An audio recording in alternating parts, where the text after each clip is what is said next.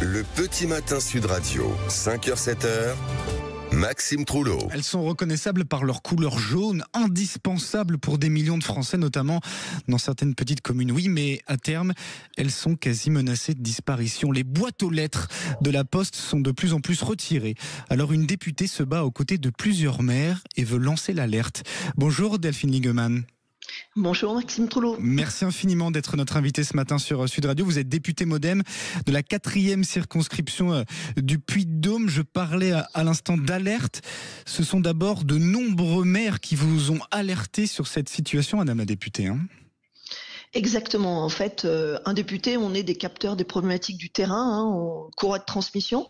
Et j'ai 2 maires de ma circonscription, dans le sud du Puy-de-Dôme, à la limite de la Haute-Loire et du Cantal, donc en pleine ruralité, qui m'ont alerté effectivement en me disant que leur boîte aux lettres avait été condamnée.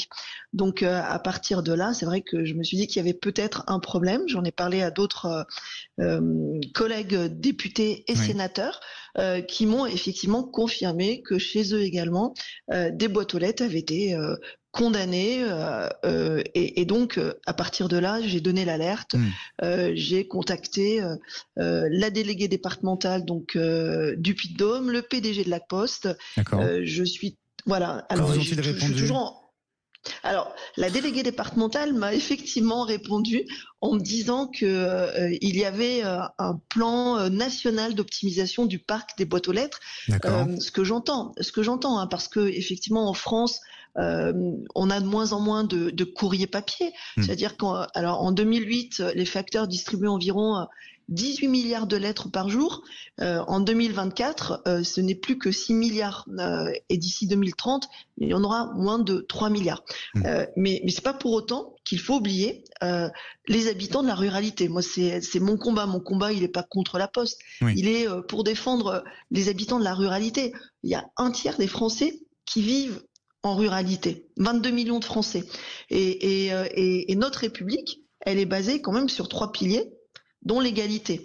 Et cette égalité, c'est une promesse républicaine qui est la base de la cohésion quand même de nos territoires.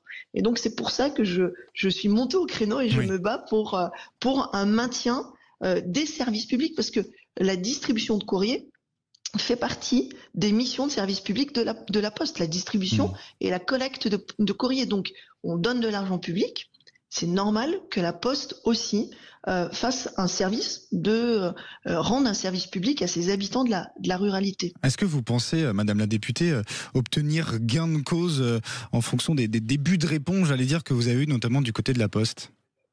Alors moi mon objectif, je suis quelqu'un de raisonnable, c'est-à-dire que je vais pas non plus demander le maintien de toutes les boîtes aux lettres si elles ne, on peut pas tomber dans la démagogie.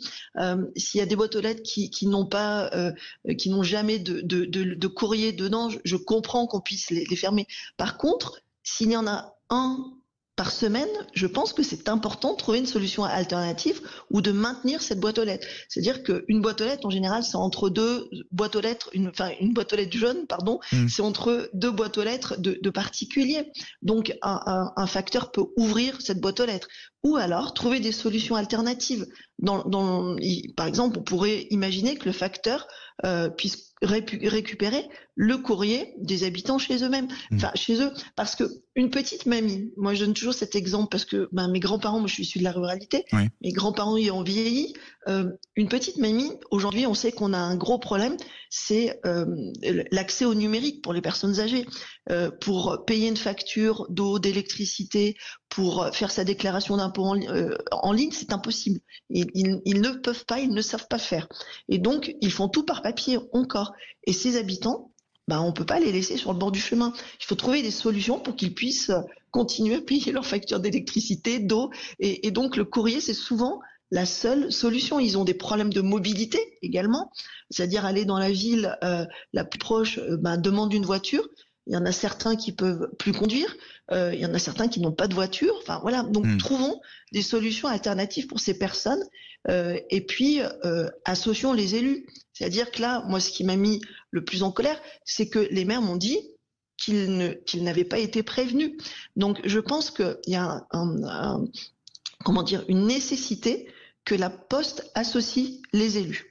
Vous pensez, locaux et les maires. Ouais, vous espérez que votre combat, je ne sais pas si on peut parler de combat, en tout cas, de ce que votre alerte, en tout cas, ce matin, soit entendue peut-être un peu plus. C'est vrai que c'est un sujet dont on parle peu, mais qui concerne des centaines de milliers, peut-être même des millions de Français. Est-ce que vous espérez que, eh bien, ce message soit porté peut-être d'un point de vue national, avec peut-être d'autres députés? Est-ce que peut-être même le Premier ministre pourrait s'emparer du sujet? Alors pour tout vous dire, moi j'ai fait remonter l'information assez haut parce que je pense qu'il y a un sentiment d'abandon. Et on vous a répondu quoi quand vous dites assez haut? C'est-à-dire du côté de Matignon carrément ou... Non. J'en ai parlé au ministère voilà, de la ruralité, mais ils partagent complètement cet avis. Aujourd'hui, on a 22 millions de Français qui vivent en ruralité.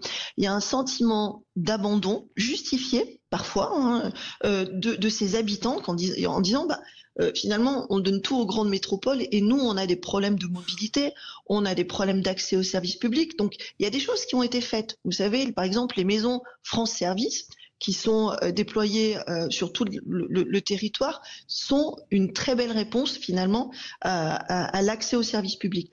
Il y a beaucoup d'agences postales qui se sont justement greffées à ces maisons France Service et je trouve qu'il faut qu'on continue ce plan de déploiement d'accès finalement. Il faut aller vers, c'est-à-dire qu'il faut pas, il faut aller vers ses habitants. Il faut pas les laisser abandonner et aller vers. Ça veut dire aussi leur proposer des missions de service public telles que la Poste. La Poste doit continuer d'être présente. Elle l'est. La Poste l'est déjà. C'est pas un combat contre la Poste. Oui, je comprends. La Poste, le facteur, c'est souvent avec les aides à domicile le seul lien social qu'ont certaines personnes âgées dans ces territoires ruraux reculés. Et c'est très important. Absolument. Il faut le garder. Merci de le rappeler. D'ailleurs, on est très heureux de vous avoir donné la parole, Delphine Lingemann. Je rappelle que vous êtes députée MoDem, 4e circonscription du Puy-de-Dôme. On verra, on suivra ça avec vous justement sur cette disparition qui semble presque programmée de ces boîtes aux lettres donc de la Poste. Merci infiniment. 6h46 sur Sud Radio. Tout de suite, on va se retrouver avec le rappel des titres.